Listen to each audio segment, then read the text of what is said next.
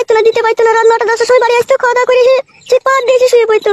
তখন আমি কি করবো? কাদা কুকুর তো আমার উপরে চাপবে না। তখন আমি ওই লজ্জা কিসের মা, বল বল বল, লজ্জা নাই বল তুই। তখন ওই কাদা কুকুর বেটা শুয়ে থাকতো, আমি লুঙ্গির ভিতর দিয়ে হাত ঘুরিয়ে ওই যন্ত্রটায় হাত দিয়ে লড়িয়ে লড়িয়ে অনেকক্ষণ থেকে থারো করতাম। যাই বা থারো থুরো করে দিতাম, তো আমাকে আবার গাল দিতে, বলে খান কি আমি তোর উপরে চাইবো না, তুই নিজে নিজে নিবি তাহলে। তাই নাকি মা? ও বিশাল কাদা কুকুর বেটা তো তাইলে? হ্যাঁ মা। দিয়ে তারপর কি হয়েছে বল মা বল। তারপর ওই কাদা কুকুর বেটা তো আমার উপরে চাইতো না। তখন আমি আর না থাকতে পেরে লুঙ্গিটাকে খুলে টেনে ফেলে দিতাম, ফেলে দিয়ে ওই উপরে চেপে কোনো রকম একটু ঠিকঠাক ভাবে হইতো মা, দিবাস আপনি লেটে গেত। তাই নাকি মা? তাহলে কাদা কুকুর বেটার ডান্ডায় কোনো কাজ হতো না? না মা, কোনো কাজই হইতো না। তাহলে তুমিই বলো, এত কষ্ট নিয়ে কি করে আমি ওর সাথে সংসার করবো বলো মা, বলো। ঠিকই করেছিস, সাদা কুকুর বেটাকে ছেড়ে চলে এসেছিস। ও আসার সময় ওর ডান্ডায় গরম পানি মারিয়ে আসতে পারিস নিকো? সাদা কুকুর বেটা আমার ফুলের মতো মেয়ের জীবন নষ্ট করে দিল।